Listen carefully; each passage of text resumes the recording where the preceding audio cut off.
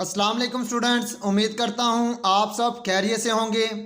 आज हमारा लेक्चर है कंप्यूटर साइंस और 9th क्लास। आज हम लोगों ने चैप्टर नंबर 1 करना है, जिसमें हम लोगों ने शॉर्ट क्वेश्चंस और इसके साथ लॉन्ग क्वेश्चंस के बारे में बात करनी है।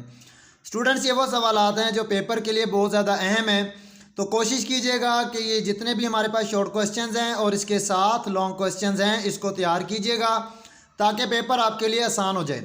तो लेक्चर शुरू करने से पहले एक छोटी सी रिक्वेस्ट है कि अगर अभी तक आप लोगों ने मेरे चैनल को सब्सक्राइब नहीं किया तो सबसे पहले मेरे चैनल को सब्सक्राइब करें और इसके साथ बेल आइकन को प्रेस करें ताकि हर आने वाली वीडियो का नोटिफिकेशन आपको मिल सके। तो चलिए हम लोग अब शुरू करते हैं। तो सबसे पहले हमारे पास सवाल है कि what is defining a problem. Students, आप समझें कि ये 60 से 80% बहुत अहम डेफिनेशन है। आप लोगों ने इसको लाजमी याद करना है, क्योंकि इसके अंदर हमारे पास है कि किसी भी मसले को हल करने के कितने स्टेप्स होते हैं, यानी कि कितने मेथड भी हो सकते हैं, कितने फंक्शंस भी हो सकते हैं। तो इसका जो आंसर है वो हमारे पास है 5। तो इसी तरह से हमारे पास क्वेश्चन नंबर 2 है कि how many steps to solving a problem. तो याद रखिएगा, उन 5 स्टेप्स के नाम रखें और इन 5 स्टेप्स को लिख दें। इसके बाद हमारे पास सवाल है कि what is draw a picture. तो स्टूडेंट याद रखिएगा कि पिक्टोरिकल रिप्रेजेंटेशन ऑफ डाटा हमेशा यानी कि पिक्चर कहलाता है या ग्राफिक कहलाता है, क्योंकि हम लोगों ने तस्वीर को रिप्रेजेंट करना होता है। तो इसी तरह से हमारे पास कुछ और भी यानी कि शॉर्ट क्वेश्चंस हैं जो पेपर में आ सकते हैं। यहाँ पे हमारे पास क्वेश्चन नंबर 5 है कि व्हाट इज़ एनालिसिस। स्टूडेंट्स, जब हमारे पास बहुत बड़े मसले मसाइल होते हैं या प्रॉब्लम्स होते हैं या इसके साथ प्रोग्राम्स होते हैं, तो हम लोग क्या करते हैं, इन बड़े बड़े मसले मसाइल को या बड़े बड़े प्रॉब्लम्स को छोटे हिस्सों में डिवाइड कर देते हैं, जिससे हम लोग एनालाइज कहते हैं। इसी तरह से हमारे पास कुछ और भी डेफिनेशंस हैं। यहाँ पे हमारे पास डेफिनेशन आई है flow chart. Student, flow chart 2 number का भी है और इसके साथ लॉन्ग क्वेश्चंस भी है। कोशिश कीजिएगा कि जितना हो सके इस सवाल को लाजमी आपने तैयार करना है। इसी तरह से हमारे पास मज़ीद शॉर्ट क्वेश्चन मौजूद हैं जो पेपर के लिए बहुत ज़्यादा अहम है। ये हमारे पास जो फ्लो चार्ट है, ये 2 तरह से प्रोग्राम पूछा जाएगा।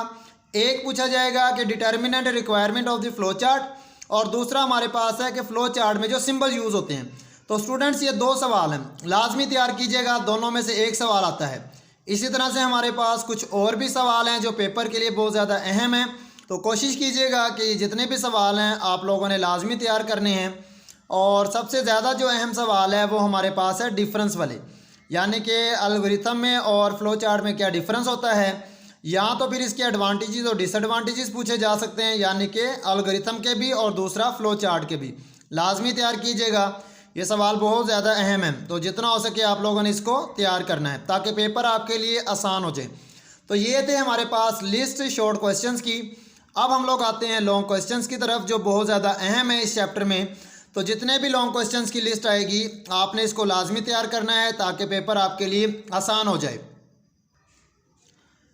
तो स्टूडेंट्स, अब हम लोग आते हैं लॉन्ग क्वेश्चंस की तरफ। ये हमारे पास लॉन्ग क्वेश्चंस हैं। तो इन लॉन्ग क्वेश्चंस को आप लोगों ने लाजमी तैयार करना है, क्योंकि इन लॉन्ग क्वेश्चंस के साथ ही काफ़ी शॉर्ट क्वेश्चंस भी हैं। तो जितने भी लॉन्ग क्वेश्चंस हैं आप लोगों ने लाजमी तैयार करने हैं ताकि पेपर आपके लिए आसान हो जाए। तो मैंने आपको पहले भी बताया है कि जो हमारे पास फ्लो चार्ट है ये बहुत ज़्यादा अहम है। इन दोनों को आपने लाजमी तैयार करना है, क्वेश्चन नंबर 2 और क्वेश्चन नंबर 3। इसी तरह से हमारे पास क्वेश्चन नंबर 4 और क्वेश्चन नंबर 5। तो स्टूडेंट्स, कोशिश कीजिएगा कि जितना हो सके आप लोगों ने हर चैप्टर को अच्छी तरह से तैयार कर लेना है ताकि पेपर आपके लिए आसान हो जाए। उम्मीद करता हूँ कि आपको समझ आ गई है। अल्लाह हाफिज़।